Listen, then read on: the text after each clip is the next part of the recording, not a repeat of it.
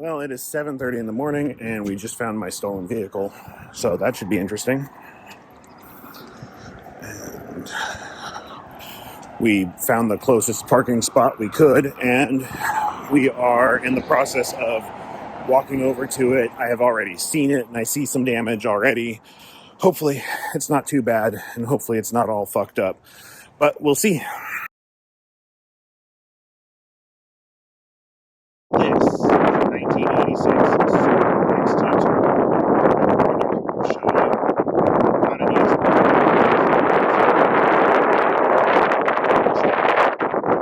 This vehicle was introduced in episode 1 of my channel as a barn find that we were going to restore. Now, unfortunately, it was stolen just a couple of days after that, and I have just gotten it back. So today we're going to go over some of the oddities and functions and qualities per se. I still haven't quite gotten down that non-Doug DeMuro ripoff, but we're going to show you the damages that were done by the thieves. We're going to show you why this car likely won't get restored, and we're also going to show you some of the cool stuff that this car had going for it back in 1986.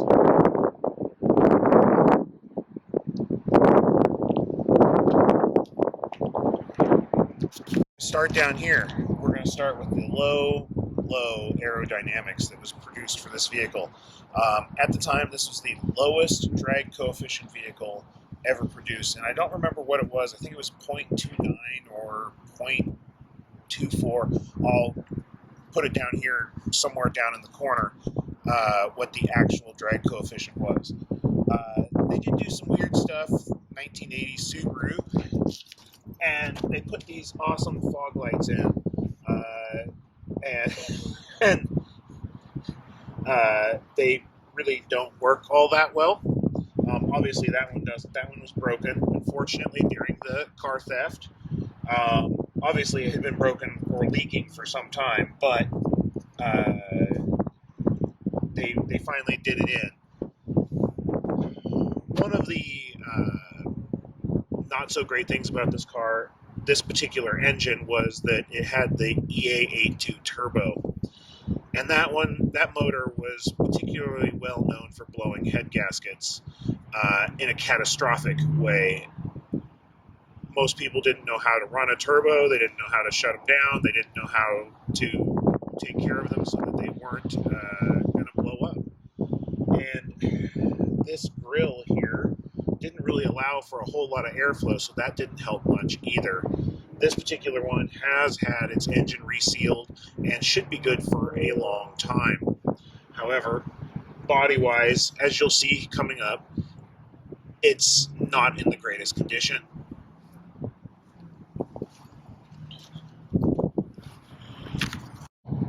Here's our walk around. And this was pretty much designed to be a aerodynamic, fun sports car by Subaru. And I wouldn't really call it a sports car by any means, with its 110 horsepower from the factory. Now, it is a fun car to drive, and it is an oddball car. You get a lot of looks for it.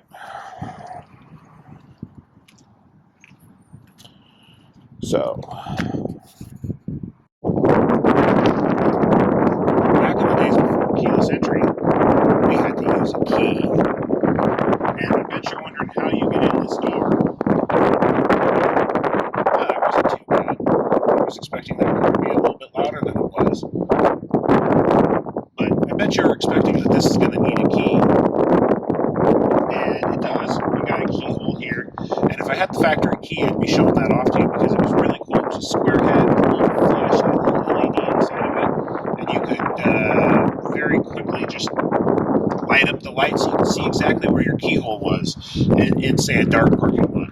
But this door was really cool because it had this smooth shape to it, and you really couldn't see it dark. What you would stick your hand in there, and it would pop this down, and then you would pull this up, and then it would reset itself. And that is how you would get in this car. Kind of an oddball way to do it, but I really enjoyed enjoyed this in all of the XTs that I've owned. Unfortunately, my driver's door one isn't quite as good as this, so I will be needing a new driver's door handle if this car does get restored. This is a turbo 1.8 liter engine from Subaru. This motor is notorious for blowing head gaskets and leaving you stranded on the side of the road. This particular engine has been resealed and should be good to go for a long time, I hope. They were known for cracking heads, and they were also known for blowing head gaskets because they got really hot. There wasn't a whole lot of airflow in here. Even with this hood scoop that cooled the turbo, the radiator didn't get a whole lot of flow to it, which is one of the reasons why these things blew up. This particular motor doesn't really need anything at the moment. It does have a little bit of lifter tick to it, and the power steering pump will need to be replaced. As you can see, it's pretty wet over there, and it makes a lot of noise. It wasn't that way before it was stolen, unfortunately. Now, on to why I may not be able to restore this vehicle. I am not a body guy, and I do not have a whole lot of experience repairing bodywork. I can mangle stuff together, but when it comes to fine sheet metal work like this, I don't know if I'm going to be able to do it. And all of this is new since the car was stolen. What a waste of a good sheet metal or good quarter panel. And if the other sheet metal issues weren't enough, we've got this damage right here at the bottom of the door.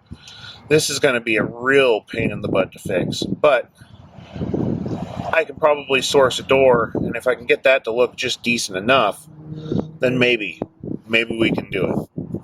What sucks about this is the emblems, the logos here on the side were still in such good shape, and I don't think I can even get those replaced now. In my opinion, one of the neatest features of this vehicle was the sunroof, or moonroof, because it doesn't have glass, it's just a sheet of metal. Now, I'm going to show you what I mean.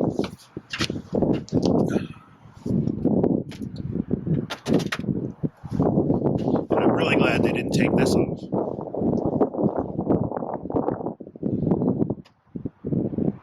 If I can remember how to get it out. And you've got we're going to go ahead and show you how big this thing is. This sunroof is absolutely ginormous. I mean, look at my hand, and yeah, I got some rust to clean up. You got these nice little deflectors when you were up in the air. Again, this car has not been detailed since it was recovered. This is only day 2 since it's been recovered. I really haven't had a chance to do much of anything to it yet. Now, as we get into the interior, it is a pretty Spartan interior, and this door card is pretty beat. And it has power mirrors, power windows, and follower door locks. So they are power, but you know, you have to work at it. Now, I love that it has this little warning right here. Let's see if I can zoom in on it. And it tells you how to start the engine, and how to stop the engine, and how to maintain it. That is pretty cool. Okay, so here's a shot of this gauge cluster in operation. You got your tach over in the corner there. As you can see, you have your speedometer over here, and the turbo, I'm not going to rev it up too high so that you can see the turbo. There we go. I guess that works. Temp, odometer, just typical stuff, but it's just a cool display, in my opinion. Awesome 80s stuff. When you come out, you got this nice little, oh, I don't have enough. This steering wheel is kind of a gun shape, I guess, with your cruise control, and that's it. Kind of an odd design. And then you got over here, you've got your controls for your cruise, your headlights, your defrost. I don't remember what this was, and I had the switch, but it's gone now. Oh, that's for headlight up and down in case there's an issue, because this does have flip-up headlights, which is really cool, and we will take a look at those before we leave. And then over here was your heater controls and your wiper controls, and I'll run the wiper real quick here.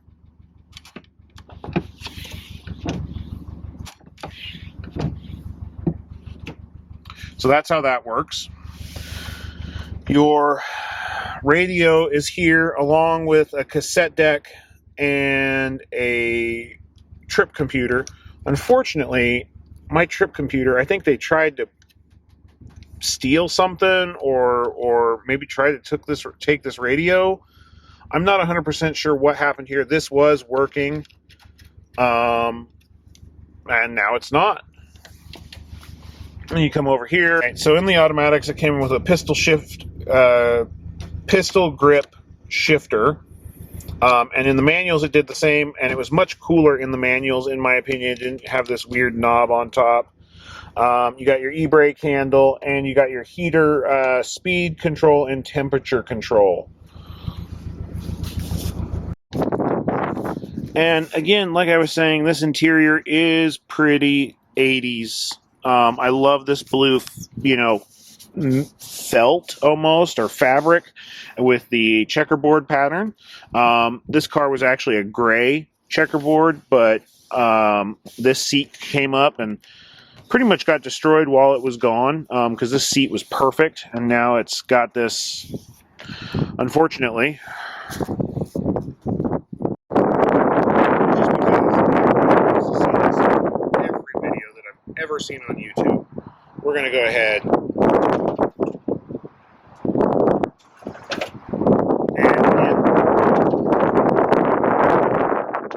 hey now, as for driving experience in this vehicle, it is a almost 40-year-old car, and with an unknown maintenance history. Now, I do know some of the history. I know that it had its head gaskets done. I know that it's had some suspension work done. But other than that, I don't know. It was a one-owner vehicle prior to my acquisition of it.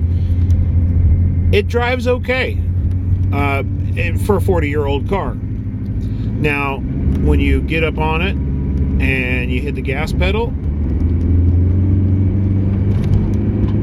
and that's 40. So it really isn't that fast of a car. You would think, oh, it's a turbo. Let's, hit it and make it real fast. And unfortunately, that's not this car. This car it struggles at being a car sometimes, but it's fun. It gets you where you're going. The steering is nice and tight, and the brakes work well. Mechanically, not so much. And this is a two-wheel drive variant, so it is not the same as your normal 80s Subaru. So where we stand with that is, well, it's a two-wheel drive car, loses traction quite a bit, at least when it's wet out. And right now we're doing 35, and it's reasonably pleasant in here. Could do with some squeak and rattle tape in a couple of spots, and I think the rear shocks need to be replaced. All right, and that's 50. So it's not gonna go out there and win any races, but that is quite fun to just hit the gas pedal and feel the turbo hit. That, and you're driving a piece of history.